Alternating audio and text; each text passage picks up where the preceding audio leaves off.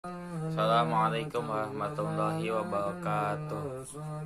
Nama saya Tamami Ramdhani Anwar, kelas IAT 5C, NIM 1813 di privasi. Saya di sini akan menjelaskan tentang materi tentang Syed Ahmad Khan dalam tafsir kontemporer. Pertama-tama saya akan menjelaskan biografi Syed Ahmad Khan terdahulu. Biografi Syed Ahmad Khan. Syed Ahmad Khan lahir di Delhi. Ada yang tahu Delhi? Saya juga nggak tahu. Delhi pada tanggal 17 Oktober 1817 Hijriah, 17 Masehi, dan dibesarkan dalam lingkungan keagamaan. Ia dididik secara klasik dan tradisional. Ia mempelajari bahasa Arab dan Parsi dan meninggalkannya setelah ia paham kedua bahasa tersebut. Ia tidak pernah mengalami hidup sengsara di masa mudanya. Sering ia mendatangi pesta-pesta meriah di mana tarian serta nyanyian menjadi sajian pokoknya. Setelah ayahnya meninggal pada tahun 1838 Hijriah, ia bekerja di perusahaan India Timur dan juga diangkat sebagai pembantu hakim di beberapa kota.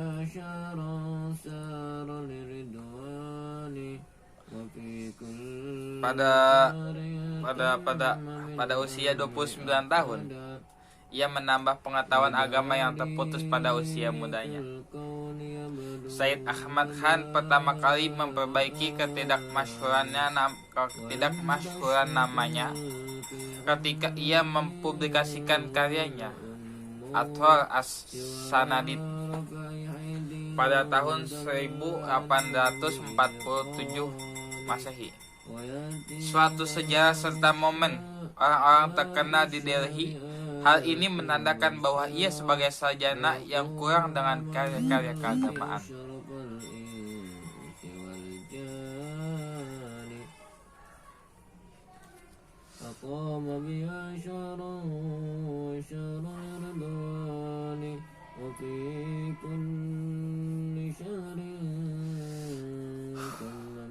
Kemudian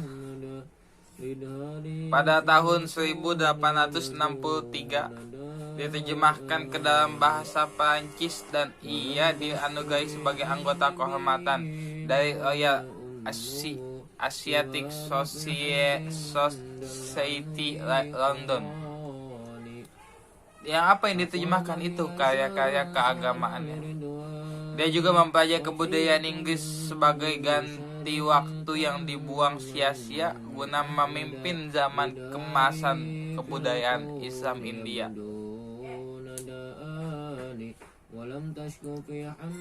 Nah, Syed Ahmad Khan ini beliau punya pemikiran yang berbeda dengan pemikiran-pemikiran yang lainnya. Syed Ahmad Khan mempunyai kesamaan pemikiran dengan Muhammad Abduh. Cuman mempunyai kesamaan pikiran dengan Muhammad Abduh.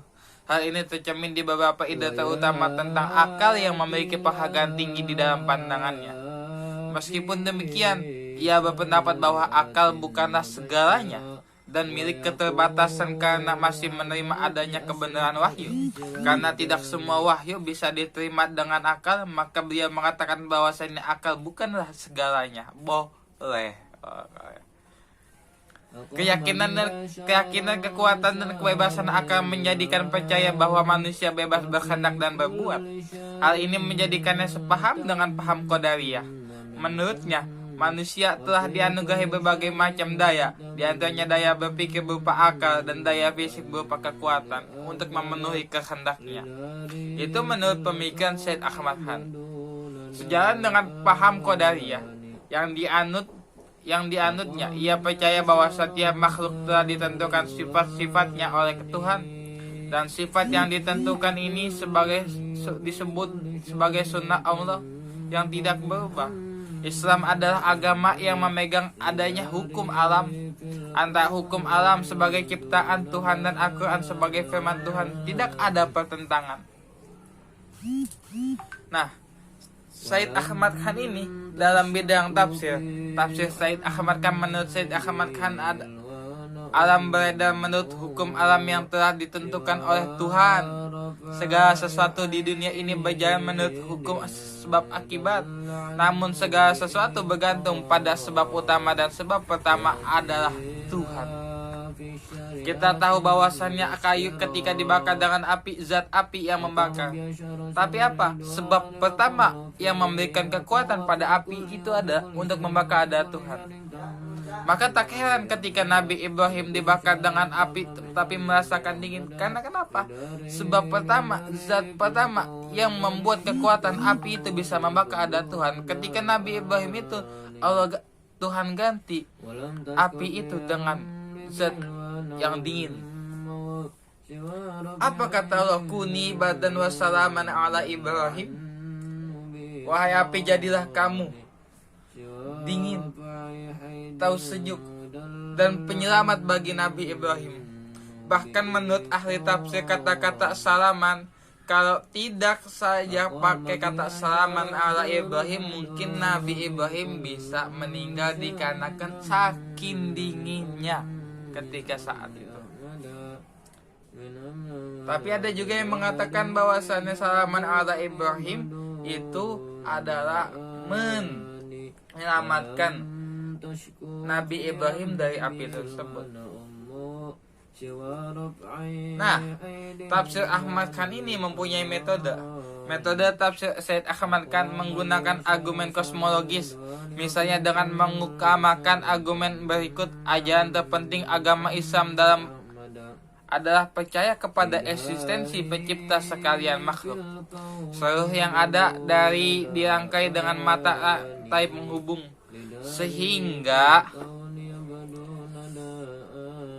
keberadaan yang pertama bergantung kepada keadaan yang kedua, dan yang kedua bergantung kepada keadaan yang ketiga, yang ketiga bergantung kepada keempat, dan seterusnya. Jadi dengan saling bergantung mata rantai ini berakhir pada wujud atau sebab akhir, yakni sang pencipta atau Tuhan sang penguasa alam. Udah berapa menit nih? Udah 7 menit. Aduh, pusing juga ya. Lanjut. Duh, pusing juga. Tetap semangat. Tadi sampai mana ya? Metode tafsir Syed Ahmad Khan ya. Metode tafsir Syed Ahmad Khan lagi ya. Menggunakan tafsir kontemporer, menggunakan argumen teleologis dalam membuktikan eksistensi Tuhan yang Maha Esa. Misalnya dengan mengutamakan argumen berikut. Alam semesta ini eksis dengan teratur, arif, dan harmonis seperti bagian-bagian sebuah jam yang berbeda, atau seperti mesin-mesin yang saling berhubungan antara satu dengan lainnya. Dari keteraturan alam semesta ini kita akan menyadari bahwa susunan alam semesta yang rumit ini telah diciptakan oleh pekerja yang paling alim dan bijaksana, yang paling mengetahui zat yang paling luhur, yang paling agung, tak bukan lagi siapa lagi, Allahu Jalla Jalaluh. Sawiji-wiji. Nah, tafsir Syed Ahmad Khan ini menerapkan metode rasional. Misal dengan mentafsirkan konsep malaikat dan setan yang disebutkan Al-Quran dengan sebagai ciptaan Tuhan yang independen dari manusia. Ia dengan tegas menolak eksistensi faktual kedua konsep itu. Bagi Ahmad Khan, malaikat adalah sifat-sifat dari ciptaan Tuhan seperti sifat keras pada batu, sifat cair pada air, dan kognisi intuitif terhadap realitas pada diri manusia. Dalam terminologi Al-Quran, konsep sekunder tentang malaikat adalah dukungan moral ilahi yang membesarkan hati manusia dalam perjuangan melawan rintangan-rintangan yang berat. Sementara setan di dalam Al-Quran disebutkan secara metaforik sebagai yang diciptakan dari api. Penciptaan dari api menurut Ahmad Khan menunjukkan serba nafsunya manusia. Ringkasan Ahmad Khan menganggap bahwa malaikat dan setan yang disebutkan dalam Al-Quran adalah ungkapan simbolik dan dorongan kebaikan dan kejahatan yang ada dalam diri manusia.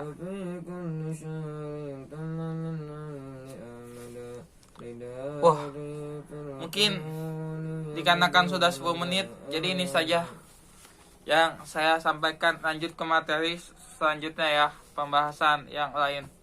Oke, cukup sekian, terima kasih. Assalamualaikum warahmatullahi wabarakatuh.